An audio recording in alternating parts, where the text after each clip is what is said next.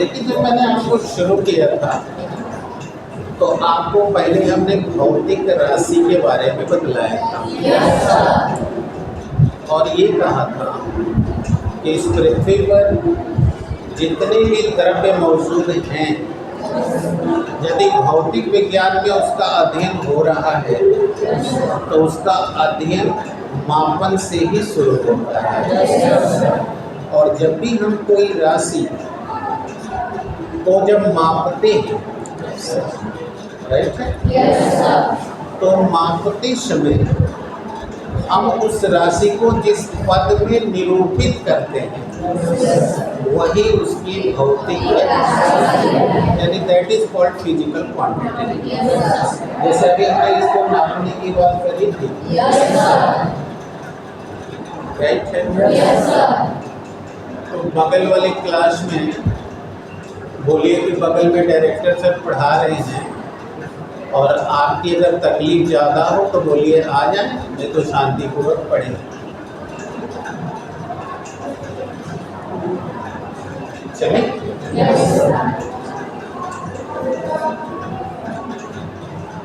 तो मैंने आपसे जो कहा उसे फिर से एक बार सुन लें। तो मैंने आपसे कहा कि हम उसको जिस पद में निरूपित करेंगे वो भौतिक राशि कहलाएगी। जैसे अभी हमने लंबाई में नापा तो कह दिया लंबाई भौतिक राशि। अब आपका डॉटर कहता है कि जब भी कोई वस्तु मेजर की जाती है तो हमें उसका परिमाण प्राप्त होता है। जैसे अभी आप कह रहे थे 2.99, 4.99, कुछ भी कह रहे थे, तो ये उसका मैग्नीट्यूड है, यानी कि परिमाण।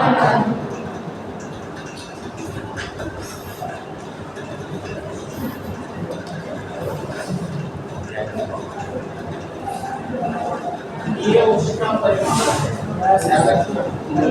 मैंने परिमाण कहा है, परिणाम नहीं कहा। परिणाम माने result. I have spoken magnitude यानी परिमाण।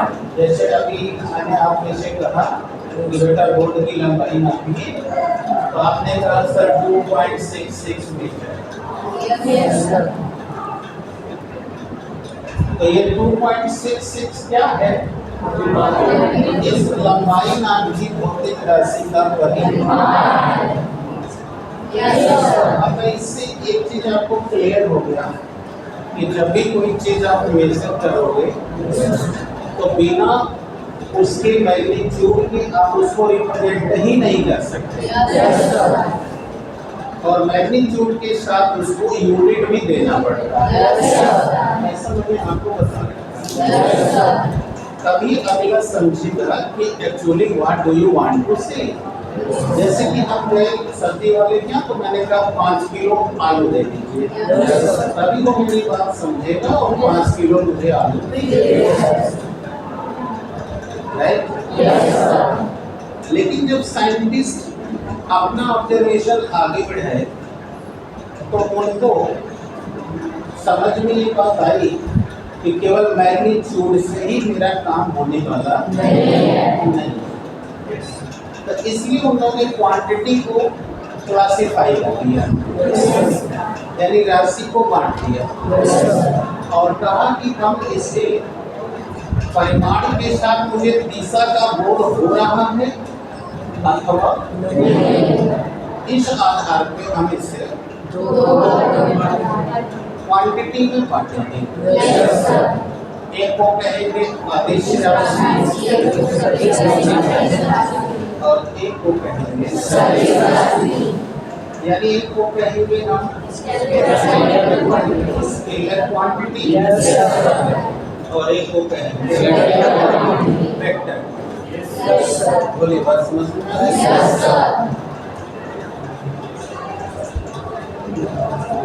स्केलर क्वांटिटी और दूसरे को कहेंगे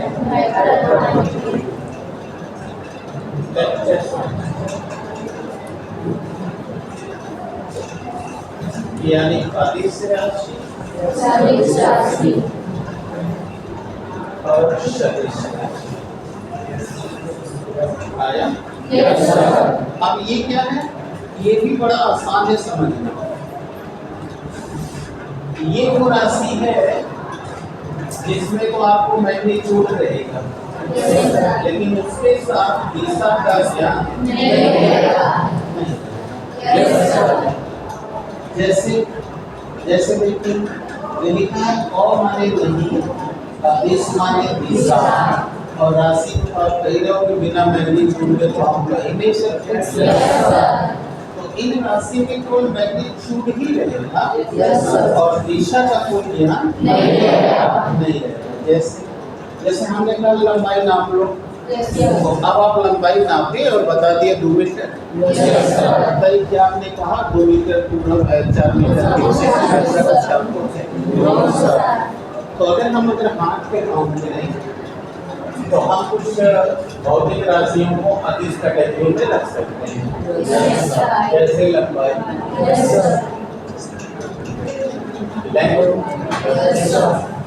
अब इस लंबाई में सब आ गया, चौड़ाई हो, ऊंचाई हो, ये सब आ गया, मोटाई हो तो सब आ गया।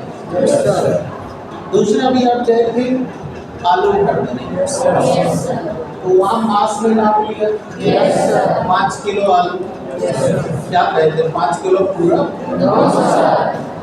इसका मतलब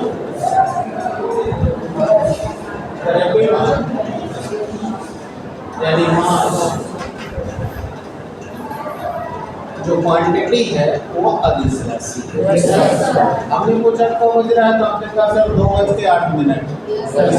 क्या डायरेक्शन बताया, 2:08 पूरा। तो सुन के ऐसे लग रहा है, इसका मतलब कि समय भी आगे से है ना। अगला गाड़ी कितनी चाल से चल रही है, 40 किलोमीटर पर आवर, यानी स्पीड यानी चाल।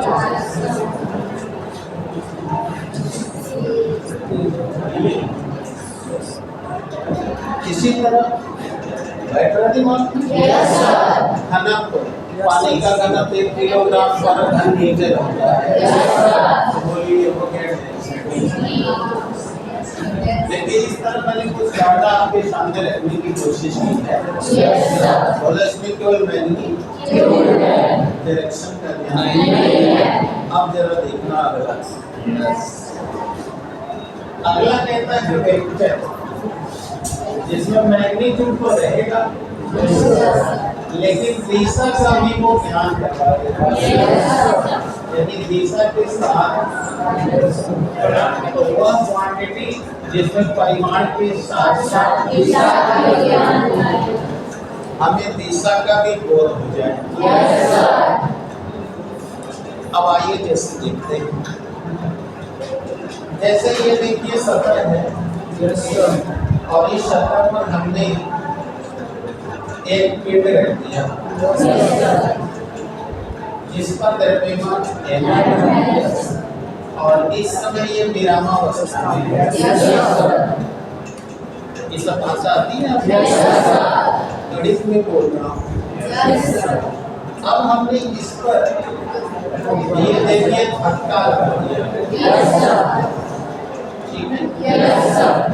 आइए विकास की मदद से हम लोग सीखने की कोशिश करें। अब इधर आ जाइए, विकास आप उधर मुँह कर लीजिए। अब आप देख रहे हैं विकास बहुत हल्के फुल्के के इंसान और इनका मास मात्र mkg। अब आप पढ़ी हो कि बल हुआ धक्का या सुने होगा, सुनो तुमने देखा होगा कहो ना प्यार ये गाना देखिए जिसमें ऋतिक रोशन ऐसे ऐसे नाचता है और तुम्ही को बताता है कि ये बल की परिभाषा है। तो बल हुआ धक्का या खिंचाव है जो वस्तु पर लगते ही स्थिति में या हम कमजोर आगे बढ़ अब देखिए ये हमने कुछ आपस में बतिया है, आप लोग सुन लिएगा। तो अभी देखिए थोड़ा सा हमने इनको खुश किया और ये खुश हो गए। ये देखिए है ना ऐसी बात। अब ध्यान रखिए इस घटना से मैं 5-6 के कैरेक्टर निकालने वाला हूं। बताओ हमने इधर ढकेला तो क्या ये इधर आए? अगर मैंने 2 न्यूटन बल लगाया तो देखो इस दिशा में, इसीलिए हम बल लगा के उस पर एरो मारेंगे। तो ये देखिए हमने ऐसे जो लगाया बल और ये मूव कर गया। अब देखिए तो देखिए अगर मैं इसकी लिस्ट बनाऊं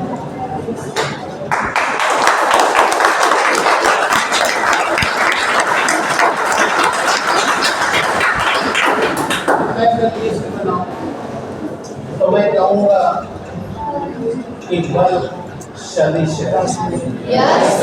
अब टेंशन मत लीजिए, जैसे ही बल लगाए ये यहाँ से चले गए यहाँ। देखिए मेरे पास हम लोग अपना गुरुचु प्लान बना रहे थे कि बारे निकल के खाया जाएगा छोला भटूरे। तो नहीं सुने थे? ऐसे ही हम लोग का बस की बात है। अब खाएंगे तो देखना हम बढ़िया से चलिए बेटा। तो जब मैंने ऐसे खुश किया तो ये खुश हो गए यहाँ चले गए।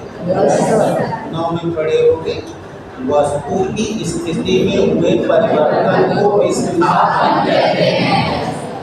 तो ये विस्थापित हो गया। तो इनका यहाँ से यहाँ जाना ये कौन सी घटना है? यानी डिस्प्लेसमेंट। देखो ये भी सदस्य। अगला देखो बताओ ये यहाँ से यहाँ गए तो कुछ टाइम लगा होगा। तो पड़े हुए विस्थापन की दर इसका मतलब गतिमान हुए तो इनकी चाल भी है वेग। तो देखो ये वेग भी कौन सी राशि है? प्रॉब्लम है तो बताओ।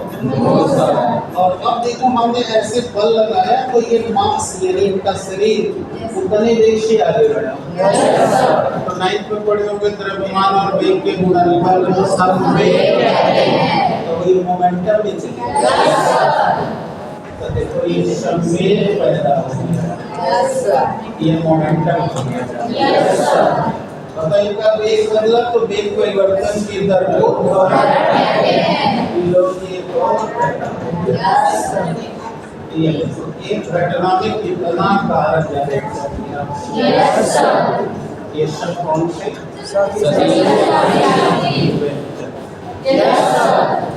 अब आपको समझ आ गया?